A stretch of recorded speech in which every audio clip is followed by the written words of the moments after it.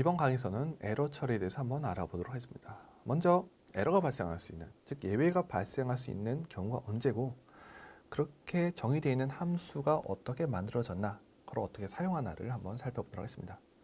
그 다음에요. 이번에 우리가 이제 에러가 발생할 수 있는 API를 우리가 직접 만들어 볼 겁니다. 그래서 먼저 에러를 한번 정해 볼 겁니다. 그 다음 그 에러가 발생하도록 API를 만들어서 사용하는 것까지 한번 해보도록 하겠습니다.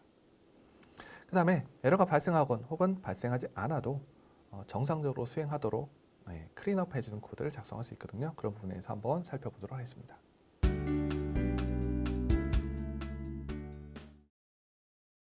먼저 예외 상황, 언제 에러가 발생하나 그 상황을 한번 생각해보고 지나가도록 하겠습니다.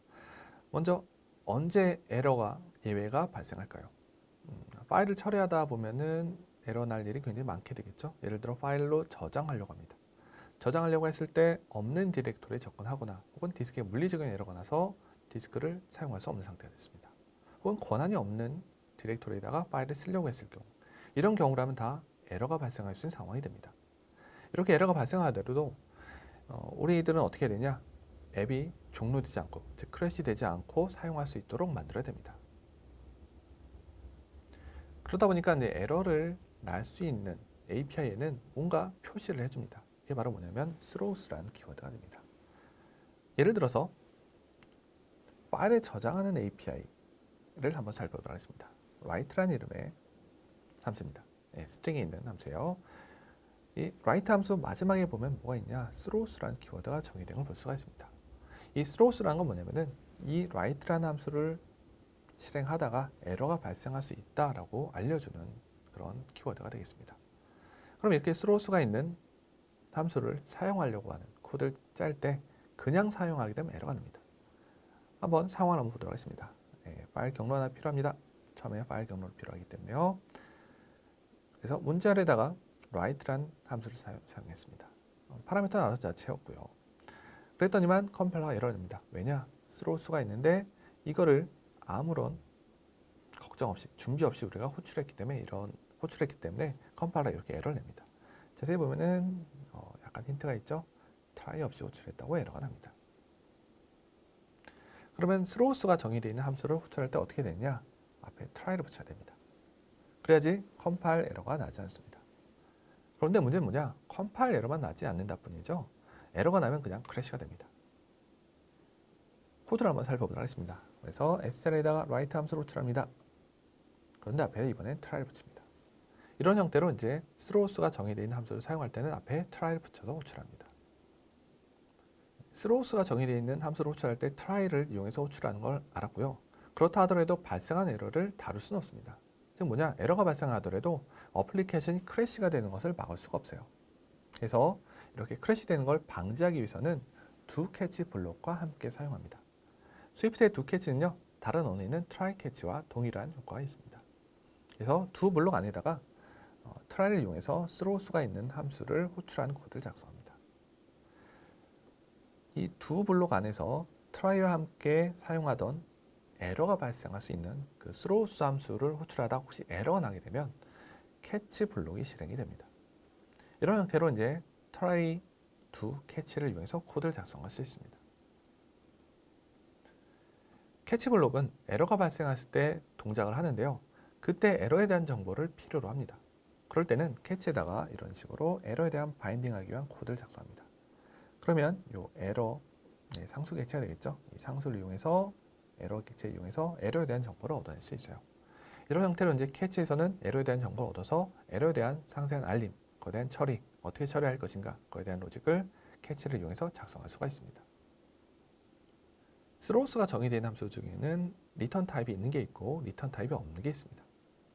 한번 예를 들어 살펴보도록 하겠습니다. 반환값이 있는 함수죠. init도 일종의 반환값이 있는 함수라고 보면 되겠습니다. 그 다음에 이런 식으로 반환값이 있는 함수는 어떻게 정의되어 있냐? 이런 식으로 정의되어 있습니다. return 전에 throws가 정의되어 있어요. 이렇게 반환값이 있는 throws가 정의된 함수를 사용할 때는 try의 용어가 똑같습니다. 그 다음에 그 앞에 date된 변수를 넣어야죠. 이런 식으로 작성하면 됩니다. 그래서 try는 똑같고요. 그 앞에 결과가 있기 때문에 작성하게 됩니다. 그럼 두 캐치와 같이 한번 써볼까요? do 안에다가는 함수 호출하는 코드가 있고요. 그 다음에 그거에 대한 대입되는 코드. 이렇게 반환값이 있는 경우 throws가 정의된 함수를 사용하는 방법이 되겠습니다. throws가 있는 함수를 호출할 때 옵셔널과 같이 사용하는 방법이 있습니다. 여기도 옵셔널이 나오네요. try를 호출하면서 물음표를 이용해서 호출하는 방법이 있습니다. 이건 뭐냐면은 에러가 발생하게 되면 nil을 반환합니다. 물론 리턴 값이 있다면 nil을 반환해야 되고요. 리턴 값이 없더라도 사용은 할 수 있습니다. 코드를 한번 보도록 하겠습니다. 스트링 객체를 만든 코드입니다. 파일 경로를 넣어줘요. 그래서 스트링 객체가 만들어지는데요. 이번엔 try 안에다가 try 뒤에다가 물음표를 넣습니다. 그럼 어떻게 되냐? 이 경로에 파일이 정상적으로 있어서 파일을 읽을 수 있다면 그 스트링 객체가 반환되는데 만약 이 경로를 잘못된 경로를 넣었습니다. 그럼 에러가 나죠? 에러가 나는 게 아니고 nil이 반환돼 버리는 게 try 물음표가 되겠습니다. 그러다 보니까 얘는 어떤 특징을 가지고 있냐? 얘는 옵셔널 타입이 됩니다. 이런 식으로 이제 throws를 사용할 때 try의 물음표를 이용한 옵셔널을 이용한 try를 이용해서 호출하는 방법이 있습니다. 그 다음에 물음표 갔는데 느낌표도 같이 가죠. 거의 친구처럼 같이 갑니다. 그래서 try에다가 느낌표를 이용해서 호출할 수가 있는데요. 느낌표는 어떤 특징이 있었죠? 거의 확실한 경우에만 사용하라고 했습니다. try 이용해서 호출할 때는 에러가 발생하도록 물음표 이용했을 때는 nil이 반환되면서 크래시가 안 났었는데요. 느낌표를 이용해서 호출했을 때는 크래시가 납니다. 에러에 대한 처리가 안 됩니다. 그러다 보니까 조금 더 위험한 방법이 돼요. 그래서 정리하자면 try 이용해서 호출할 때 물음표나 느낌표를 이용해서 호출할 수가 있는데 물음표 이용했다. 에러 발생하면 nil. 에러가 발생하면 옵셔널 타입의 결과로 씁니다. 느낌표를 이용해서 호출하게 되면요. 에러가 나더라도 크래시가 납니다. 그다음에 반환 타입은 무조건 언래핑이 됐겠죠. 그래서 옵셔널 타입이 아닌 게 반환이 됩니다. 이런 형태로 이제 try에 대한 옵셔널이 결합된 형태를 살펴봤습니다.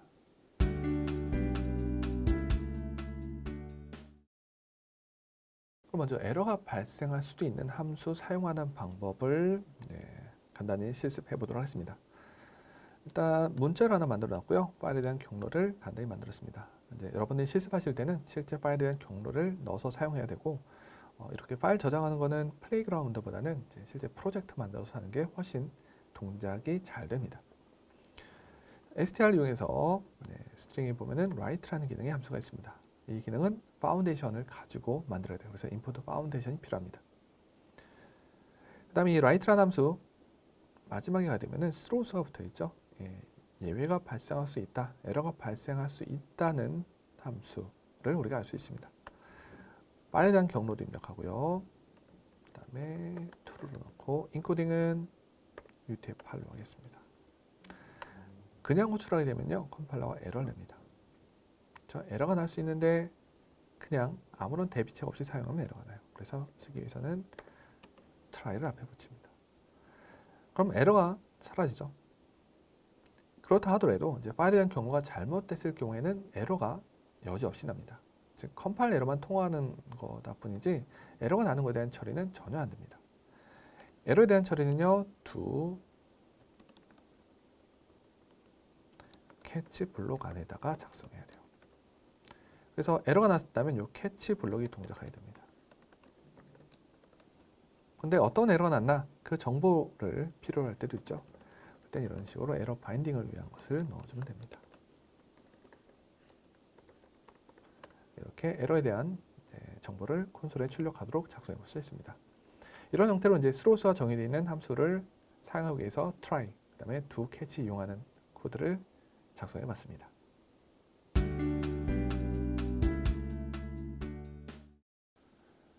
이번엔 우리가 에러를 한번 정의해 보고요. 그거를 발생하는 방법을 한번 알아보도록 하겠습니다.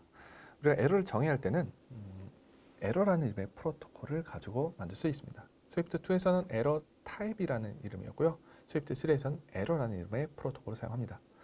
그 다음에 NSError라는 클래스를 사용할 수 있습니다. 이 클래스는 파운데이션 프레임워크가 제공해주는 클래스가 됩니다. 우리는 여기서는 에러 프로토콜을 이용해서 만들어 보도록 하겠습니다. 프로토콜은 단독으로 사용이 불가능하죠. 그렇기 때문에 실제 구현하는 타입이 필요합니다. 가장 간단하게 만들 수 있는 건 enum 타입으로 만드는 방법이 있고요. 아니면 구조체나 클래스를 이용해서도 에러를 정의할 수가 있습니다. 그러면 enum 타입 이용해서 에러를 정의해 보도록 하겠습니다.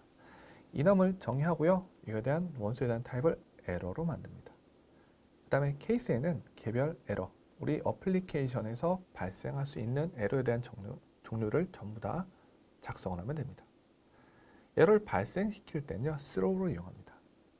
주의해야 될 거는 아까 직전에 뭘 봤어요? throws라는 걸 봤었죠? s가 있고 없고 차이가 있습니다. 에러를 발생시킬 때는 s가 없습니다. throw 이용하게 되고요. 에러를 작성해 주면 돼요. 이번엔 enum 타입의 구정의 myFault라는 에러를 발생시키는 거가 되겠습니다. 우리가 enum 타입을 이용해서 에러를 정해봤고요. 이번엔 구조체와 클래스를 이용해서 정의하는 방법입니다. 일단 구조체와 클래스를 정의할 때 프로토콜 채택하는 거 이미 우리 다뤄봤었죠. 네, struct 구조체를 정의합니다. 에러 프로토콜을 작성해요. 그 다음에 필요한 에러에 대한 정보를 작성하면 됩니다. 클래스도 마찬가지예요. 클래스도 에러 프로토콜을 채택하도록 만들고 내부 코드를 작성하면 됩니다. 이런 식으로 만들고 나면요, 구조체나 클래스 이용해서 에러를 만들었고 에러를 발생시킨 건 똑같습니다. 에러에 대한 객체를 만들고요. 그 다음에 throw 이용해서 에러를 발생시키면 됩니다. 어때요? enum 타입을 이용해서 할 때와 구조체나 클래스 이용해서 만들어 봤는데 enum 타입이 조금 더 편리하긴 하죠. 좀 더 간단하긴 합니다. 그럼 에러를 만들었다면 그 에러를 각각 식별해야 되는 경우가 있어요. 어떤 종류의 에러는 사용자한테 적극적으로 알려야 되는 에러가 있을 수 있고요. 어떤 종류의 에러는 어떻게 다른 방식으로 처리하는 그런 에러가 있을 수 있겠죠. 그러다 보니까 에러가 발생하면 그 에러를 식별해서 그 에러에 맞는 코드가 동작하도록 코드를 짜야 됩니다. 그럴 때는 캐치를 이용해서 하게 되는데 만약에 우리가 enum을 이용해서 enum 타입을 이용해서 에러를 정의했다. do 안에 들어가죠. do 블록 안에 들어갑니다. 개별 에러를 마치 스위치 케이스에 있는 케이스와 작성하는 것과 비슷하게 캐치를 작성합니다. 캐치, 그 다음에 enum 타입으로 작성한 에러, 개별 원소들을 넣어줘요. 이런 형태로 enum 타입으로 이용해 작성한 에러들을 각각 식별해서 각 에러에 해당하는 코드가 동작하도록 만들 수가 있습니다. 그러면 구조체와 클래스를 이용해서 만든 에러는 어떻게 식별을 할까요? 에러를 발생시킨 코드는 아까 봤던 거와 똑같습니다. 에러 객체를 만들고요. throw를 이용해서 에러를 발생시킵니다. 그거에 대한 에러를 처리하는 방법은 catch를 이용해서 에러에 대한 바인딩 코드는 들어가게 되는데 에러를 검사해야죠. 타입을 검사할 때는 is를 이용해서 하게 되고요. 에러가 커스텀 에러 스트럭트냐 혹은 커스텀 에러 클래스냐 비교해주는 코드가 들어갑니다. 그 앞에 where를 이용해서 조건을 작성합니다. 즉 바인딩을 하되 에러가 에러 객체에 들어가되 단 이 조건에 따를 때만 들어갑니다. 즉 커스텀 에러 스트럭트일 경우에만 에러가 들어가야 되고요. 이 캐치 블록이 실행이 됩니다. 이런 형태로 구조체나 혹은 클래스로 만든 에러는 이런 형태로 개별적인 에러를 식별을 합니다.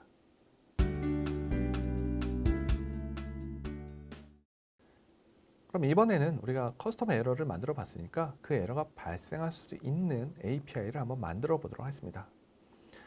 간단하게요. 예제를 하나 들고 그 예제에 맞는 코드를 해볼게요. 일단 파라미터로 입력된 값이 0보다 큰 값만 와야 돼요. 그 값보다 작은 값이 오게 되면 에러가 발생합니다. 그래서 함수 만들었습니다. 값 입력하기 위한 파라미터 있죠. 내부 코드 작성합니다. 파라미터 값 비교합니다. 0보다 커야 됩니다. 크지 않으면 에러가 발생할 겁니다. 에러 발생할 때 아까 throw 이용한다고 했죠. 그 다음에 그때 발생한 에러 입력값 잘못했기 때문에 너의 실수다. 커스텀 에러에 your fault를 발생시켰습니다. 이렇게 함수를 만들었는데 예외가 발생할 수도 있는 함수는요. throws라고 작성해줘야만 됩니다. 그래서 이런 형태로 에러가 발생할 수도 있는 함수를 선언할 때 throws를 넣는 것, 그다음 내부에는 에러 발생하는 throw 코드를 넣어서 함수를 만들어 봤습니다. 이렇게 만들어진 함수를 사용할 때는요. 어떻게 하죠? throws가 있죠? try를 이용해서 호출합니다. 그 다음에 함수 호출하는 코드가 들어갈 겁니다. 그 다음에 에러가 발생하더라도 크래시 되지 않도록 do catch 블록 안에 작성합니다. do 블록 안에다가 try 이용해서 호출하게 되고요. 에러가 발생하면 catch 블록이 동작하게 되죠. 이런 형태로 이제 에러가 발생할 수 있는 함수를 간단히 정리해보고 그걸 사용하는 방법을 알아봤습니다. 그러면 이제 뭐 이번에는 반환값이 있는 함수에 에러가 발생할 수도 있겠죠. 그거 정의하는 방법입니다. 똑같이 함수를 정의하는데요. 이번엔 0보다 큰 수를 입력해야만 역시 동작하는 함수가 됩니다. 이번엔 그것보다 하나 더한 값을 반환해주는 함수예요. 역시 0보다 큰 값이 오면 괜찮은데 0보다 작은 값이 입력되면 에러가 납니다. 스로우하는 부분은 똑같이 있죠. 리턴하는 코드도 있고요. 선호하는 부분이 어떻게 차이가 있느냐? 리턴 타입을 선호하는 거 앞에다가 스로우수를 작성합니다. 이런 형태로 반환값이 있는 함수에서 에러가 발생할 수 있다. 그럴 때 함수를 선호하는 방법을 알아봤습니다. 그럼 이 함수를 어떻게 사용할까요? 에러가 발생할 수 있는 함수입니다. try 이용해서 호출하죠. 반환값이 있다 보니까 그 반환값을 대입해주는 코드를 작성할 겁니다. 그 다음에 do catch 안에 작성하는 건 똑같고요. catch 이용해서 처리할 수가 있죠. 그래서 우리가 do catch 이용해서 사용하는 걸 봤고요. 또 뭘 봤었죠? try에 옵션을 붙은 거 봤었죠. try에 물음표를 이용해서 호출합니다. 그 다음에 에러가 발생할 수 있는 함수를 호출합니다. 물론 여기다는 파라미터 값이 들어갈 겁니다. 근데 여기서 물음표 이용하게 되면 어떤 특징이냐? 에러가 발생해도 크래시가 나지 않고 닐이 반환되죠. 에러가 발생하지 않는다. 정상적인 값이 리턴되지만 옵션을 타입됩니다. 이렇게 try 물음표를 이용해서 호출을 해볼 수 있고요. try 물음표를 이용하게 되면 do catch 없이도 사용할 수가 있습니다. 또 try의 느낌표 이용해 호출할 수 있죠. 에러가 발생하게 되면요. 입력하신 상태에서 에러가 발생했다. 그러면 크래시가 납니다. 그래서 이런 형태로 반환값이 있는데 에러가 발생할 수 있는 함수를 사용하는 방법 다시 한번 확인해 봤습니다. 그럼 우리가 이제 함수를 짜다 보면은 함수 내부에 다른 에러가 발생할 수도 있는 기능을 사용할 수도 있습니다. 그런 경우에는 어떻게 할까요? 선택사항이 몇 가지 있는데 그 부분을 한번 살펴보도록 하겠습니다. 먼저 함수를 하나 만들었습니다. 이 안에는 다른 기능의 API를 사용하게 되는데 그 API가 하필이면 에러가 발생할 수 있어요. 그럼 try 이용해서 호출하는 건 똑같습니다. 여기서 선택사항이 있습니다. 일단 이 함수 내부에서 에러를 다 처리할 것인가? 그렇게 선택했다면 do catch를 이 안에 만들면 돼요. 그래서 에러가 날 수 있는 함수를 호출하면서 do catch를 이용해서 이 내부에 에러가 발생했다 하더라도 내부에서 다 처리를 합니다. 그래서 이 doit이라는 함수 자체는요. 겉으로 에러가 나는지 안 나는지를 알 수가 없어요. 그래서 이 함수를 호출할 때는 그냥 doit 쓰면 됩니다. try가 필요 없는 상태가 되죠. 이번엔 다른 경우입니다. 이번엔 doit 함수 내부에서 이름을 to라고 바꿨습니다. doit2라는 함수에서 자체적으로 에러가 발생하더라도 처리하지 않습니다. 처리하지 않고 나는 처리하지 않고 에러를 전달하겠다가 됩니다. 그때는 throws라고 작성해 줍니다. 이렇게 되면은 이 내부에 있는 dangerous 펑션을 호출하다가 에러가 나더라도 알아서 처리하는 게 아니고 throws 이용해서 에러가 다시 전파가 됩니다. 이렇게 만든 함수를 호출할 때는요. doit2로 호출하는데 doit2 호출은 throws가 들어가 있죠. try와 같이 사용합니다. 그 다음에 에러가 났다면 그에 대한 처리하기 위해서 do catch와 같이 쓰게 되죠. 그래서 우리가 함수를 만들 때 함수 내부에 에러가 발생할 수 있는 함수를 호출한다. 그럴 때 함수 내부에서 처리할 수도 있고요. 아니면 함수에 처리하지 않고 외부로 다시 전파할 수 있습니다. 그럴 경우에 또 throws를 작성해 줘야 됩니다. 이번엔 클로저와 사용하는 경우를 생각해 보도록 하겠습니다. 똑같은 함수를 만드는데 이번엔 파라미터를 클로저를 전달받습니다. 근데 클로저 같은 경우는 어떤 게 있냐면은 클로저를 사용하는 입장에서 에러가 발생할 수도 있는 함수를 클로저로 전달할 수 있어요. 그런 경우에 대해서 한번 살펴보도록 하겠습니다. 일단 클로저를 파라미터로 전달받을 때 근데 그 클로저가 필요하면 에러가 발생할 수 있어요. 그런 경우에는 이런 식으로 throws를 작성합니다. throws가 중간에 들어가죠. 에러가 발생할 수 있는 클로저가 파라미터로 들어간 경우입니다. 그에 대한 함수 타입이 돼요. 반환 타입으로도 함수를 반환할 수 있는데 그 반환되는 클로저 함수가 예외가 발생할 수 있습니다. 그럴 땐 역시 throws라고 작성을 해줘야 됩니다. 이런 형태로 이제 클로저를 사용하는 경우, 그다음에 클로저에서 에러가 발생하는 경우 어떻게 함수를 작성하나를 살펴봤습니다. 그 부분을 한번 구체적으로 한번 살펴보도록 하겠습니다. 이번에 클로저로 전달되죠. 파라미터 클로저가 전달되는데 이 클로저는 스로우스가 있습니다. 우리가 이제 클로저를 다루는 장에서 어떻게 했냐? 클로저를 파라미터로 전달받았기 때문에 이 클로저를 전달받은 함수에서는 그 클로저를 사용한 코드를 넣게 돼요. 사용하기 위해서 외부에서 제공되는 데이터죠. 그래서 이런 파라미터 전달되는 클로저를 사용한다. 클로저는 어떻게 하죠?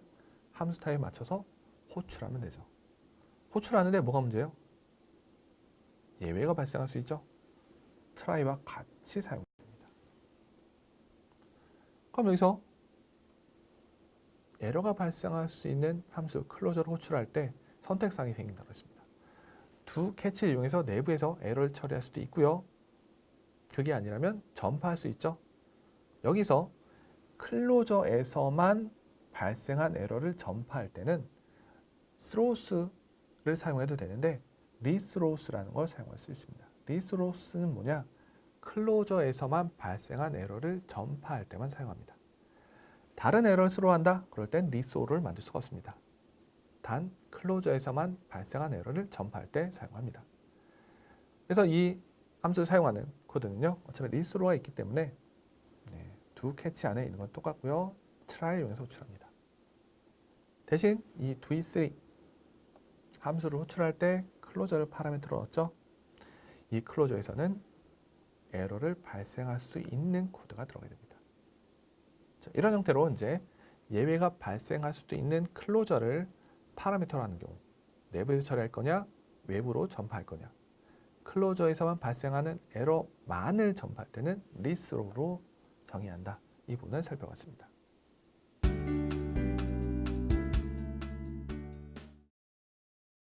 그러면 이제 우리가 에러를 한번 커서로 정의해보고 그 에러가 발생할 수 있는 API를 만드는 방법을 한번 살펴보도록 하겠습니다. 일단 에러를 정의할 때는요. enum을 이용해서 하는 게 조금 편합니다. 그 다음에 에러라는 이름의 프로토콜을 채택합니다. 스위프트2에서는 에러 타입이라는 이름으로 사용을 했어요. 케이스를 이용해서 개별적인 에러를 작성합니다.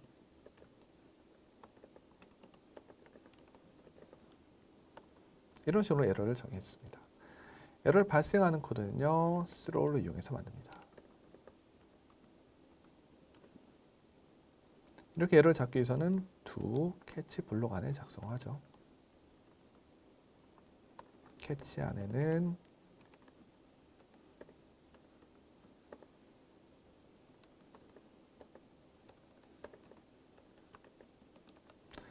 또 다른 캐치 안에다가는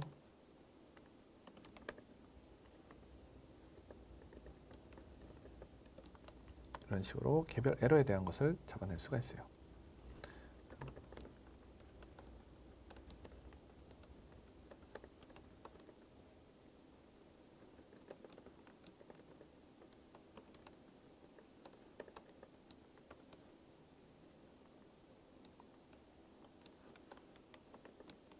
그렇죠? 에러가 나서 이 캐치 블록이 동작해서 콘솔에 출력되는 걸 볼 수가 있습니다. 그럼 이번에는요, 요 에러가 발생할 수 있는 함수를 한번 만들어 보겠습니다.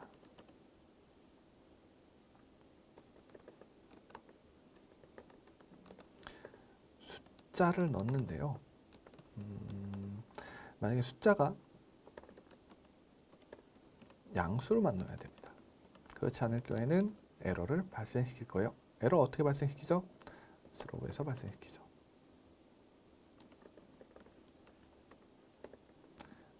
파라미터를 잘못 넣었으니까 상대방 에러라고 우기도록 하겠습니다. 이렇게 만들었습니다. 스로우를 넣었는데 에러가 나죠? 왜요? 이 함수는 에러가 발생할 수 있는데 그에 대한 표기를 해줘야죠. 스로우스입니다. 이렇게 되면 이제 에러를 발생할 수 있는 함수를 만들었고요. 얘를 호출해 보도록 하겠습니다. 역시 try를 이용해서 호출합니다. 그래서 음수를 넣게 되면 에러가 나겠죠. 그래서 이걸 사용하기 위해서는 do catch 이용해서 합니다.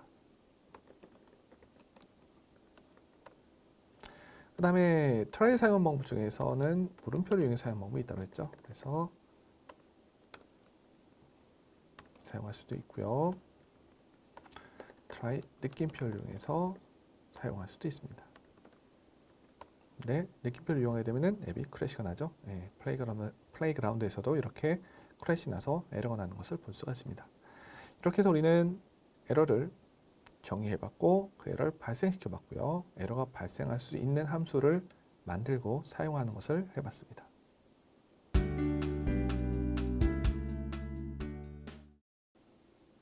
우리가 다른 언어에서 이제 try catch, 그 다음에 하나 더 나온 게 있죠. finally. try catch, finally 같이 나오게 되는데 스위프트에도 비슷한 개념이 있습니다. 일단 try catch 대신 do catch를 사용하게 되고요. finally 대신 defer라는 걸 사용하게 되는데 용도가 살짝 다릅니다. 정의된 위치도 살짝 다르고요. defer는 언제 동작하느냐? 에러가 발생하는 코드와 같이 작성합니다. 좀 다르죠? 이 dangerous 펑션을 호출하면서 defer, finally에 들어가는 게 아니고요. 에러가 발생할 수 있는 위치에다가 defer를 작성합니다. 그리고요, 그 위치는 뭐냐? 에러가 발생하기 전에 만들어야 됩니다. try catch final에서 find 언제 동작하죠? 에러가 나지 않더라도 동작하죠. 역시 마찬가지로 differ도요. 에러가 발생하지 않더라도 동작합니다. 즉, 이 함수가 끝나기 전에 differ가 동작해요. 에러가 발생했다. 에러가 발생하게 되면 이후로 진행하지 않고요. differ를 실행하면서 이 함수를 마치게 됩니다. 그래서 스위프트에서 클린업하는 코드, differ는 에러가 발생하는 위치에 작성하고 그 에러가 발생하기 앞에 정의를 해줘야 됩니다. 그러면 잘못 작성하는 예시도 한번 살펴보도록 하겠습니다. 일단 코드를 한번 살펴볼 건데요. 함수 하나 만들었죠. throws, 에러가 발생할 수 있는 함수입니다. 그 다음에 에러, throw가 있는데 differ는 앞에 작성해야 되는데 이후에 작성하게 되면은 얘는 예외가 발생했을 때 이 differ가 동작하지 않습니다. 그래서 differ를 작성할 때는 throw보다 이전에 작성해야 됩니다. 그 다음에 이 differ는 정상 종료했더라도 끝나기 전에 자동적으로 동작합니다. 그래서 이 함수에 대한 최종적인 마무리 동작을 differ를 이용해서 만들어낼 수가 있습니다. 이렇게 해서 이제 differ를 이용해서 뭔가 마무리 동작 작성하기, 그 다음에 예외가 발생했을 때의 마무리 작업, 예외가 발생하지 않더라도 마무리 작업, differ를 이용해서 작성하는 방법을 알아봤습니다.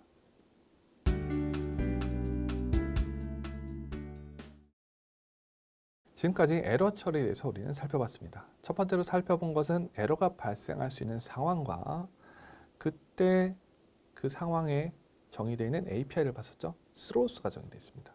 이렇게 throws가 정의되어 있는 함수를 사용하는 방법, try를 이용해서 호출합니다. 그 다음 그 에러를 처리하기 위해서는, 그 에러를 다루기 위해서는 do catch 안에 넣는 것을 봤습니다. 그 다음 우리는 커스텀 에러를 한번 정의해 봤었죠. 에러 프로토콜을 이용해서 에러를 정의해 봤습니다. enum 타입 이용해서 할 수도 있고요. struct나 클래스를 이용해서 만들어 봤습니다. 그 다음에 에러를 발생하기 위해서 throw로 이용했었죠. 네, 발생한 에러를 개별적으로 식별하기 위해서 catch에서 에러를 식별하는 걸 봤습니다. 그 다음에 에러를 발생하는 API를 우리가 한번 만들어 봤어요. 그래서 혹시나 파라미터 값이 잘못됐다 그랬을 때는 에러를 발생하도록 만들어 봤습니다. 내부에는 throw가 들어가죠. 그 다음에 함수에 대한 선언부에는 throws가 들어갑니다. 이런 형태로 에러가 발생할 수도 있는 API를 우리가 한번 만들어 봤습니다. 그 다음에 함수 같은 기능을 수행할 때 마지막으로 마무리 동작을 해야 되는 부분이 있습니다. 그 부분을 differ라는 걸 이용해서 클린업을 시켜줘요. 이 differ는 에러가 발생했을 때도 동작하고요. 에러가 발생하지 않고 정상적으로 종료될 때도 동작합니다. 대신 위치가 중요했죠. 이 부분을 앞부분에 작성합니다. 즉 에러가 발생하더라도 앞부분에 작성하게 되면은, 즉 에러가 발생하는 코드 앞에 작성해야만 에러가 발생하더라도 differ가 실행이 됩니다. 그 위치가 에러 발생한 throw 이후에 작성하게 되면은 에러가 발생해도 동작하지 않습니다. 이렇게 해서 differ를 이용해서 클린업까지 우리 살펴봤습니다. 지금까지 에러 처리에 대한 강을 살펴봤고 이상으로 마치도록 하겠습니다.